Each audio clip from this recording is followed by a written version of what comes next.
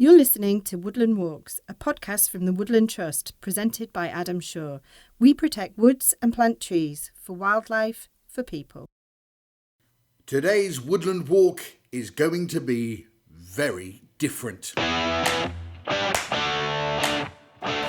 not arrived in the countryside, but in a city that is trying to bring trees right into its centre. It's a place famous for being where M&S started. It boasts the birthplace of the fizzy drink.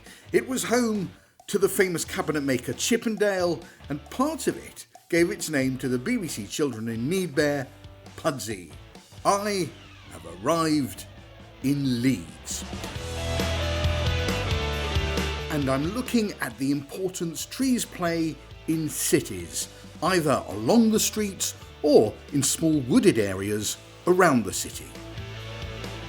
But let's start with my guide for the day, who is Joseph Coles, the man at the Woodland Trust, who knows all about trees and cities, and he began by explaining why trees in cities are so important. Well, cities are where the majority of people live or spend most of their time. I think it's something like 80% of the population spends most of its time in an urban environment. Although we have an urban environment and we have the infrastructure that people need, actually the green infrastructure that can be provided by those trees dotted along a street can be an important corridor for ecology. So for the Woodland Trust, it's really important that we recognise that trees where people live are a significant benefit to society. In order to make people really take notice and be aware of the climate issues, actually trees where they live are a really important tool for that. We're going to go down here, are we? Yeah, sure. There's a lot of talk about the cities being heat islands and that trees can mitigate that. Can you just explain how that works? So the urban heat island effect is essentially it's because of the amount of concrete and tarmac and hard surfaces that are in an urban environment that absorb ultraviolet radiation from the sun and then reflect that back as infrared, which is the sort of heat element of it. Whereas in a wooded environment, the trees naturally are taking most of that ultraviolet light themselves to photosynthesize. So in an urban setting, trees can be really important for reducing the amount of sunlight that essentially hits those hard surfaces and warms up. So we're not on a street, which is my first surprise of the day. I thought I was coming to Leeds and I've worn the wrong shoes.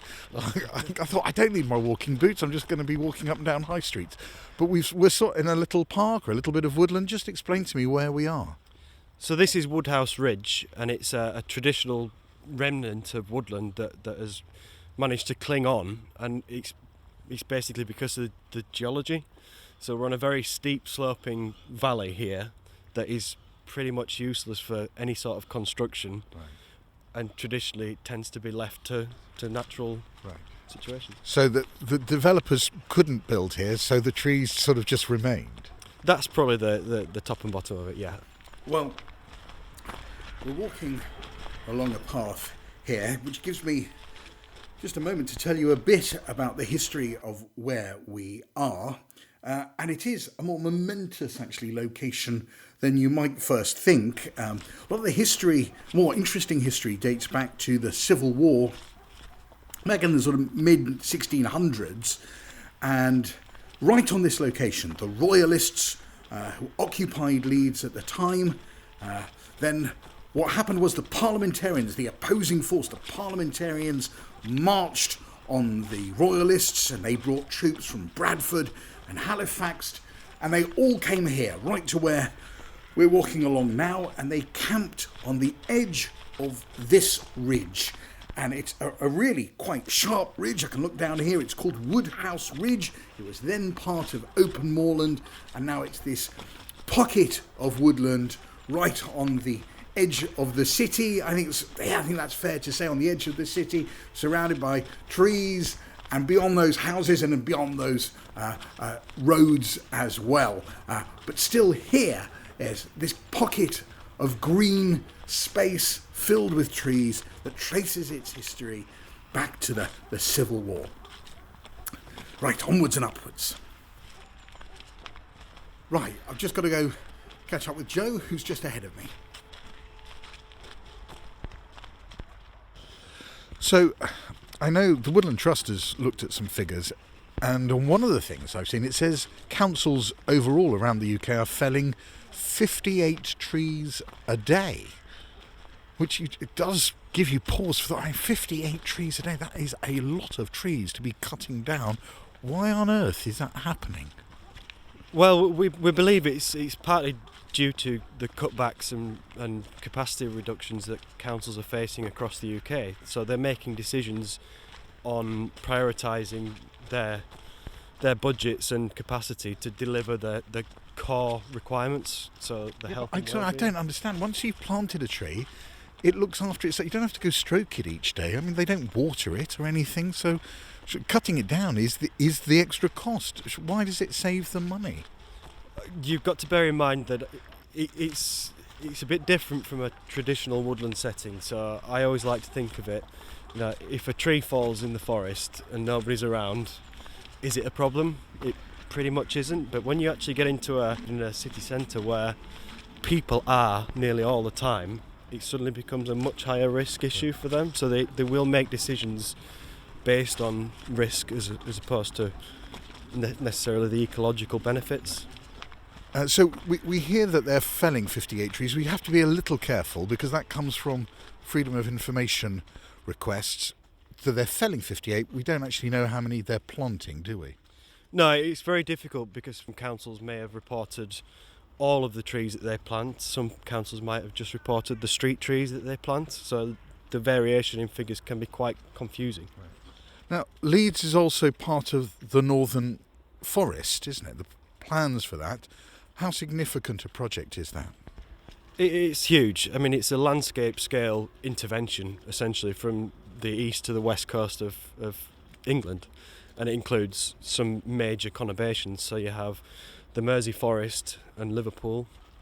You have the Manchester City of Trees. All of Greater Manchester is in part of that Northern Forest, as is the White Rose Forest and Leeds City region, right through to Hull.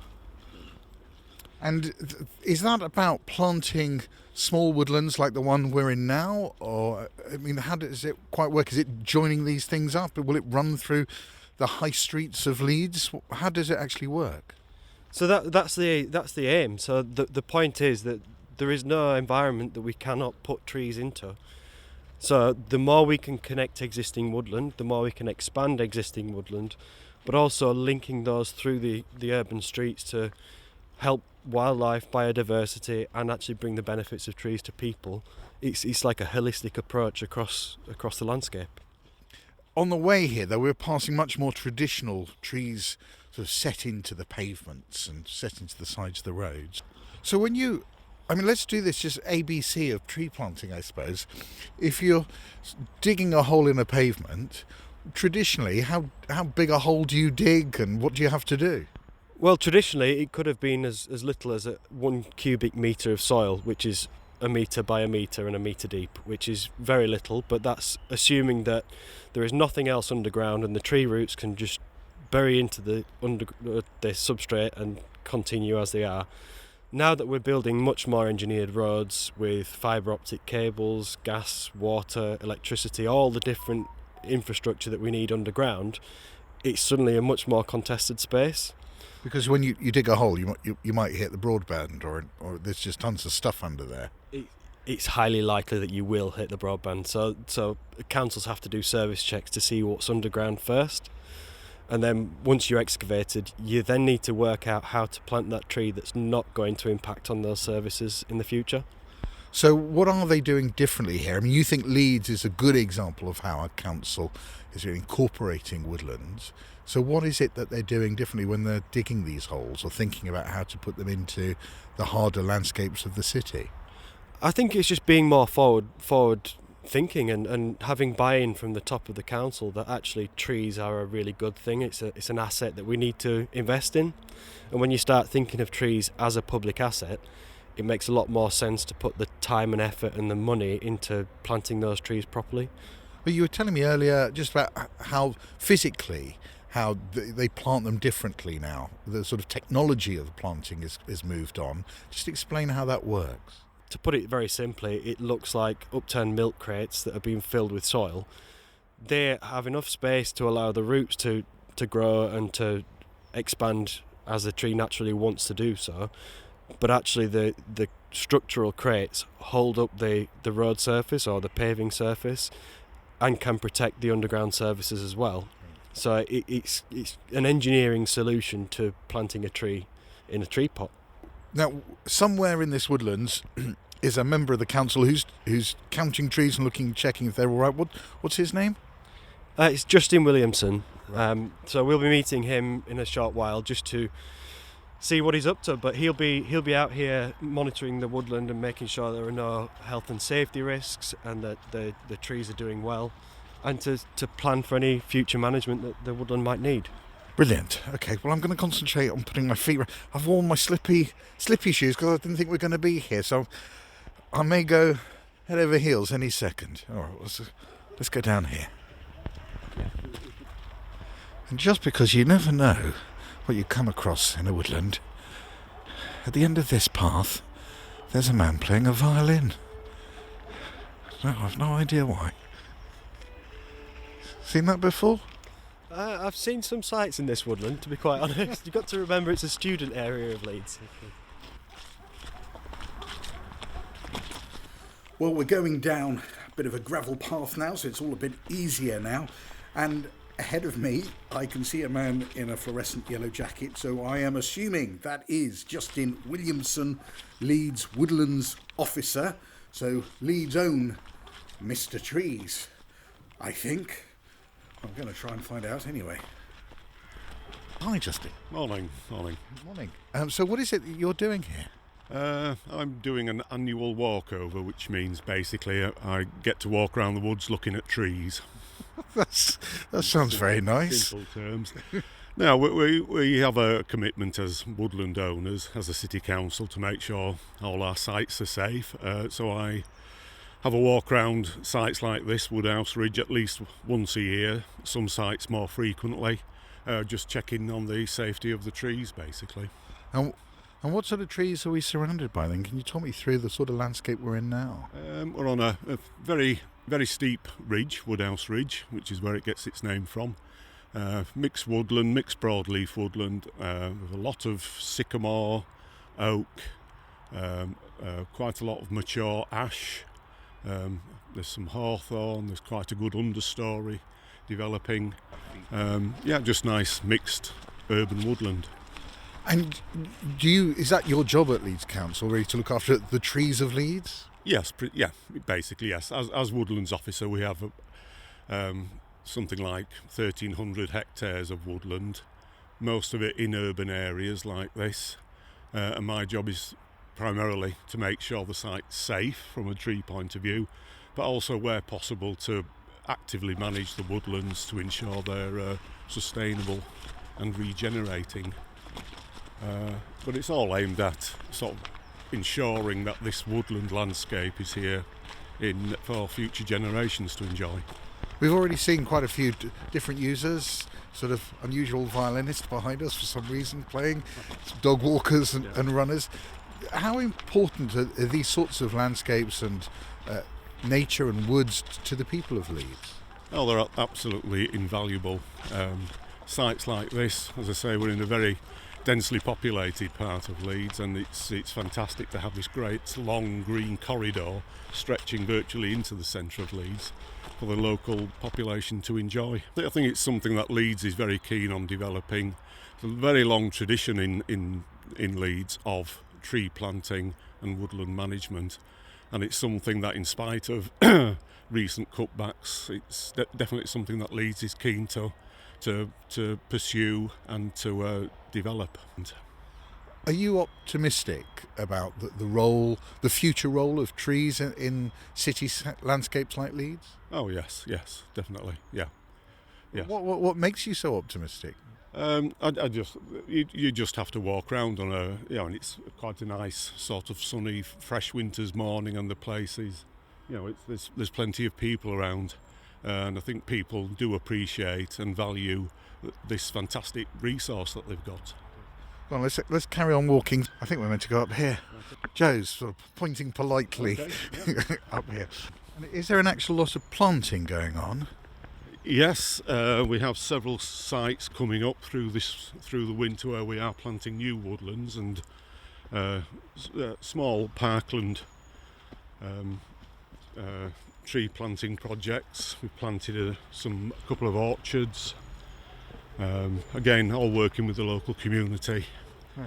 And we get a lot of help from various corporate groups who are keen to come out and sort of provide evidence for their green credentials. Right. By coming and helping us plant trees. Yes, yeah, we do.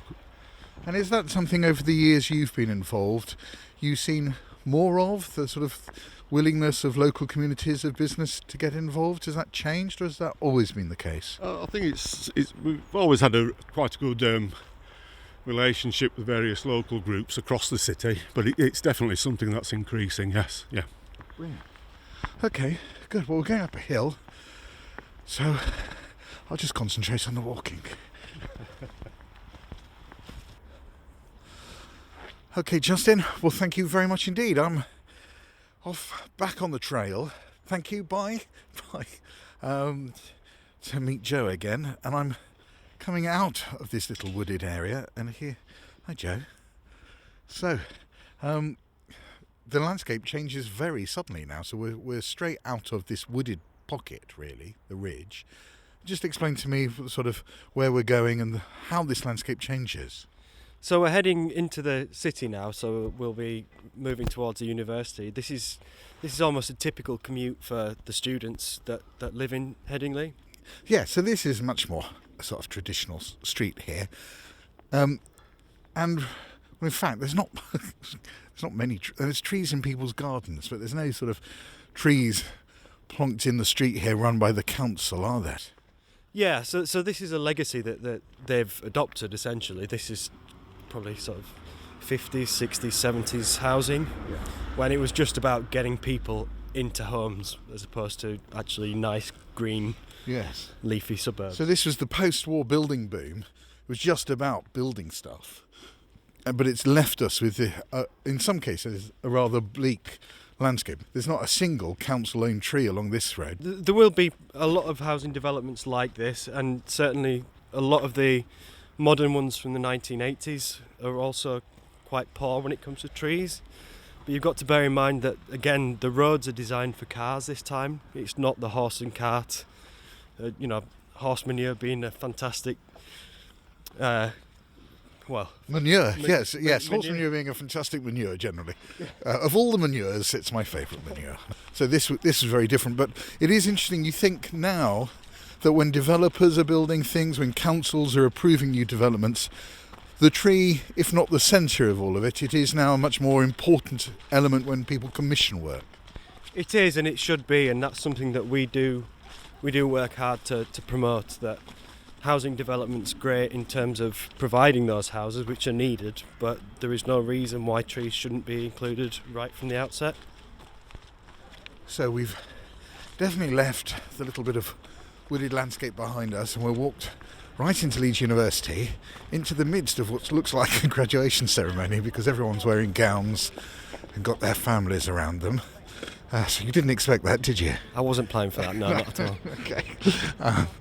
But we are here to meet one of the staff, that's right? That's right, yeah. So we're going to look for the School of Earth and Environment, and then Dr. Catherine Scott from the Sustainability Research Institute here is going to talk to us a little bit about urban trees and air quality. Good. Meanwhile, we're going to be in the back of everyone's graduation photos. For generations to come, people are going, who is that short bald man with the microphone in the back of your graduation photo? Oh, across here. Right, just ahead of me is Dr. Scott, I presume. Right, so we've come out of the university and we're sitting in a very nice little square surrounded by trees. And when we think of trees generally, we do think of big woods, don't we? We don't think of the tree along the shopping district. Can you try and set that into context? How important are those single trees along the roads that we see, which are not traditionally part of the stereotyped woodland landscape, but perhaps are more important than we think?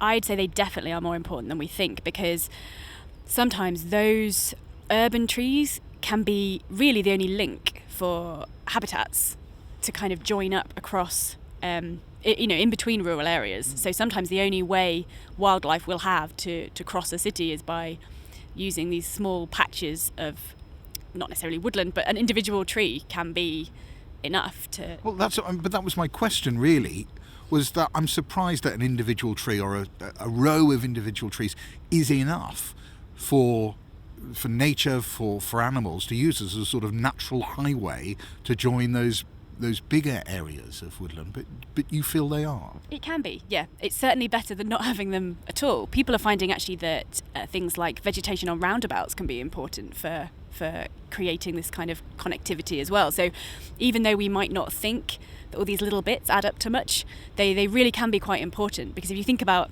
a city sort of being plonked in the middle of what would have been a rural area, it effectively can just completely cut off the way that wildlife can cross it. And I think the other thing about urban trees is that we know, and there's kind of a growing body of evidence that's looking at how people, when they're stressed, how they respond to spending time in nature. And actually this idea that spending time in, you don't have to leave the city and go to a full woodland. You can be just going to your local park and spending some time outdoors, and that actually that's having real benefits for people. So finding ways that people can get a little bit of exposure to a bit of nature more easily, I think is really important. Now, you have actually done some very specific work here about the role of the trees on campus. So what work did you do, and why on earth was that important? So we looked at how much carbon the trees were storing as they grow, so how much carbon they take out of the air every year, and kind of store in their trunks and barks as they grow, but also how much air pollution, so things like particulate pollution, the trees were almost scrubbing out of the air by capturing particles on their leaves and on their branches and things. And one of the key things that we found out was not so much the sort of total numbers, but the thing we were really keen to find out about was how a small young tree that's just been planted, how that compares to kind of a mature, decades-old tree. Because what happens on the university campus and with a lot of places in urban built-up areas is that often trees have to be removed in order to put up a new building or to improve access to somewhere. And so when that happens, many places have a policy of replacing that one tree with 3 newly planted trees. And that's a good thing that they're putting new trees back in, but we were interested in understanding, well, how long does it take those 3 little trees to kind of catch up with their big mature counterpart that's been chopped down. And by doing the analysis that we looked at and our calculations, we worked out that it takes about 30 years for those 3 new trees to catch up with the amount of carbon and the amount of air pollution that the big mature tree would have been removing from the air every year. And that's just because the size of the tree is bigger after 30 years, so there's more of it to capture things. Yeah, exactly. So it comes down to, really, when you think about a tree, it sort of comes down to the size of the crown. So how wide the crown is, how tall it is, pretty much how many leaves or how much kind of leaf area the tree has. So if they've got big flat leaves, that can be really good, as well as having lots of really small ones. And we tend to think of trees when they're newly planted, I mean, they grow quickly. So we sort of think, oh, well, they're doing a lot for the climate, and they are, but because of their small size, they're sort of, it takes them a long time to catch up to a point where they're doing as much as these big mature trees. There's a couple of things that have always sort of confused me, to be honest. So first of all, big trees, well, they capture more stuff than small trees. Not a huge shock, but good to know that it takes 30 years for one to catch up. But did you do any work into the different types of trees, and are some more efficient than others in capturing carbon and particulates? The thing that I think we found the most critical was that if you have a tree, like we've got some big open spaces here where the trees will actually be able to grow to their maximum capacity and their crown will get as big as it can. And I'd say it's that's probably more important in urban areas specifically, in terms of carbon for broadleaf trees. But that's a huge challenge, isn't it? Because these trees take a long time to go to their maximum, and in that time we've probably demolished the buildings around them, a whole new city plan has developed, and we go, well, we've got to take that tree out. So it's inherently, the trees in cities, the timescales are working against each other. The tree wants to do it nice and slow, and we're changing the landscape around it at super speed. That's an inherent conflict. It absolutely is. It's a real challenge. And now we're starting to have starting to realise that we've got another issue in terms of climate change, in that 30, 40 years' time, temperatures in the UK will be higher than they are on average now. And we need to be putting in place, or at least enabling, large trees in towns and cities to get to their full potential, so that they are then providing this an extra benefit in cities of shading, and they do provide an extra cooling. I mean, it's all very well and good for environmental scientists like you and indeed the Woodland Trust to stand on your soapbox and go, hey guys, this is the right thing to do. But it strikes me as a problem in that actually to solve this, you've got to bring everybody together. The politicians and the city planners and indeed the commercial developers have all got to be part of this plan. And that sort of collaboration, in honesty, just is enormously difficult to see happening. Do you realistically optimistic that might work better in the future? Do you see any signs of that? I'm more optimistic now than I have been, actually, because we are starting to see, because really of climate change, a bit more of a focus from people who are tasked with planning and development of a city. They do now have this on their agenda as something that they need to be planning for. Like you say, getting all of the right people involved in the conversations is challenging, but I think it's starting to happen more and more. There's definitely things are going in the right direction. Well, on that motivational note, I've left Cap behind and I'm now going off to meet Joe again, this time in Leeds city centre to see something. He's been quite excited about it all day long. Well, we've come to see one particular tree. Here it is in Dortmund Square in Leeds. So why have you dragged me to this one particular tree? Of all the trees in Leeds, why are we here at this one? Well, to start with, it's a particularly nice example of a London plane tree. It was planted in 2015 as a really important case study for how urban trees should be planted in really challenging environments such as this square here. So it's a busy square. We're right by, what's that, some sort of pop-up phone shop it looks like, surrounded by people. Very busy area. So what's particularly challenging though about this, and what's been good about the way they've done it?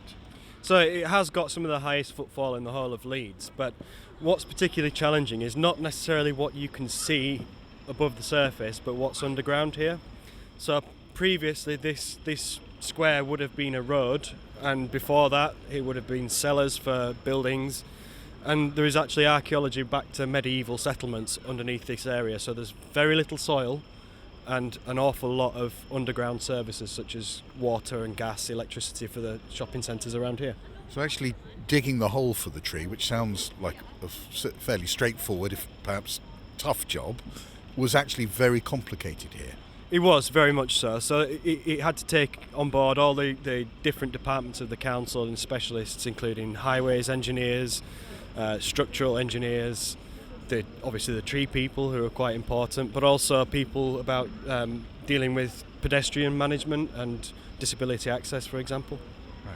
And this is an example. I mean, there's no plaque here going, this is the way it should be done. But to the guys in the know, this is a sign that this is a sign that you can plant trees, reintroduce greenery right into the centre of towns, even in the most difficult of circumstances. That's right, yeah. It proves that it's just not impossible. This is a case study in one of the technical documents that's used by city planners called Trees in Hard Landscape. So this is a case study actually within that document that proves how it can be done. A tree standing there, people walking past it, enjoying it, but not realising just how important this tree is and what a symbol of hope it is for trees in cities. That's right, yes. I mean, this tree's been in situ for approximately 5 years now, so it was a relatively big tree when it was put in. But in the future you can expect this London plane to completely cover the entire canopy of this square and reduce all the heat island effects, improve the water runoff that's landing on this hard surface. And it's just, that sort of investment is a really positive sign for the future. So that's a great sign, isn't it? It doesn't look as if it's so significant, but this is a symbol of how you can in the future put trees in the hardest of landscapes and really change the cities we live in, bring in the greenery right back into the centre. So, as I leave the Dortmund Square in Leeds behind me, that's it for our quick and rather unusual woodland walk through one of the UK's big cities. Do remember, if you've a walk that you want to drop me a note about, or even an audio recording of your own walk, I'd be really excited to hear from you. Do get in touch. Details about how to contact me are coming up in just a moment. So until next time, happy wandering. Thank you for listening to the Woodland Trust podcast, Woodland Walks with Adam Shaw. Join us next month when Adam will be taking another woodland walk in the company of Woodland Trust staff and volunteers. Don't forget to subscribe to the series on iTunes or wherever you're listening to this podcast. And do give us a rating and a review. And why not send in a recording of your own favourite woodland walk to be included in a future podcast? Do keep it to a maximum of 5 minutes, and please tell us what makes your woodland walk special. Or send us an email with your thoughts about your favourite walks that you've been on and what makes them special for you. You can send your thoughts and any audio files to podcast@woodlandtrust.org.uk. We look forward to hearing from you.